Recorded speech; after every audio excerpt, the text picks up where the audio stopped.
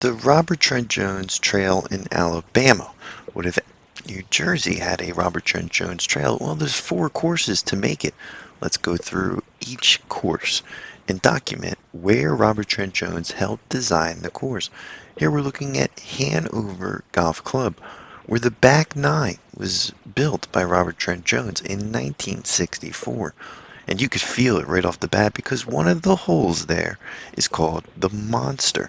Now, I was grateful enough to play at least 3 out of 4 of these courses currently, walking through each and every one of Robert Trent Jones's courses that are public.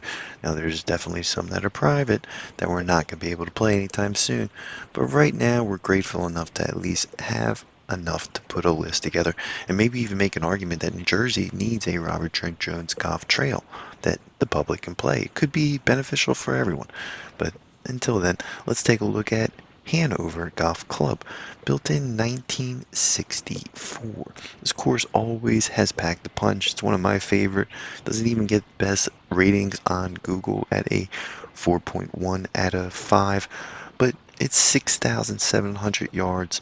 Makes it a very challenging golf course, especially on the back nine. This is where my nephew or my cousin lost himself out there because it's so frustrating, that back nine. There's a hole called the Monster, which is 6,021 yards on the 18th hole, so it ends extremely violent. Now, overall, this course still remains a popular destination. Now let's zoom on in and get one more look. The back nine on the left hand side right now, and zoom on out. In that final hole, number 5, it's extremely challenging. It's a hard way to finish the golf course.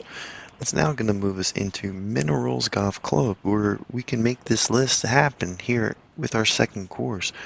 Although it's just 9 holes for the blue course here, this executive 9-hole facility was built by Robert Trent Jones Sr. Now it has bentgrass greens, bentgrass fairways. Is built in 1987. This par 31 stretches 2,035 yards.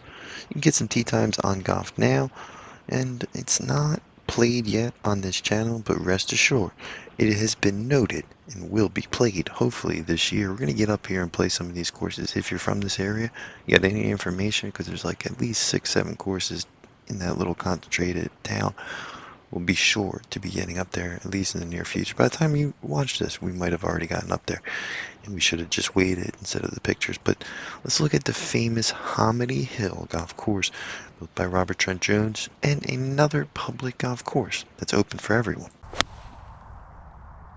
Hominy Hills, which is rated a 4.5 out of about 180 reviews on Google, so that's pretty good. Is it a trashy course? We'll take a look. Robert Trent Jones Senior Course. It's hard to get a tee time on this municipal course. Park systems.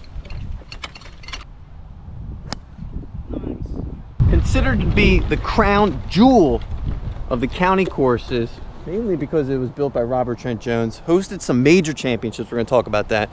For the most part, you can see some of the historical buildings. They're still here today. Very old buildings. You're going to get even older trees here on this course. The course is located in Colts Neck and has the original clubhouse, which we walked through and got a little bit of footage. The course almost felt like a private one because it was so hard to get in and book a tee time. As we get into the winter months, it's getting harder and harder. One thing that jumped out, there's a Wikipedia page for this historical course. The outside of it looks true to its nature, while the inside had multiple renovations.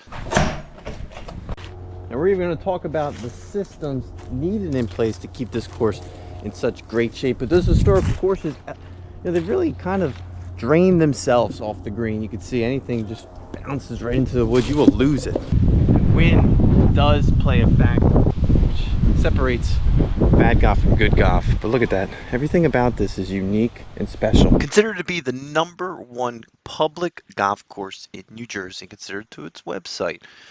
This Robert Trent Jones-designed classic stretches 7,049 yards from those blue tees. I recommend playing from that. Get your money's worth here. It's going to cost a $100 bill. It's well worth it if you can get the tee times. That's the biggest problem. It's packed. It's associated with multiple golf courses in this municipality. And I tell you what, this one is the best one out of all of them, hands down. I'm not going to take that away from you. Better have your Monmouth County off card, and it's a significant difference in price. I love that golf course. It's just hard getting tee times. But if you're looking to play every Robert Trent Jones senior course in New Jersey, you'll have to play that course. Now, the next one is a Stephen K. design course, but Robert Trent Jones helped build one of the holes here, closing this Robert list Trent out. Jones, the finishing hole here. Robert Trent Jones, finishing hole. Yes. Oh, Robert. He came, he saw, and I'm a big fan of him.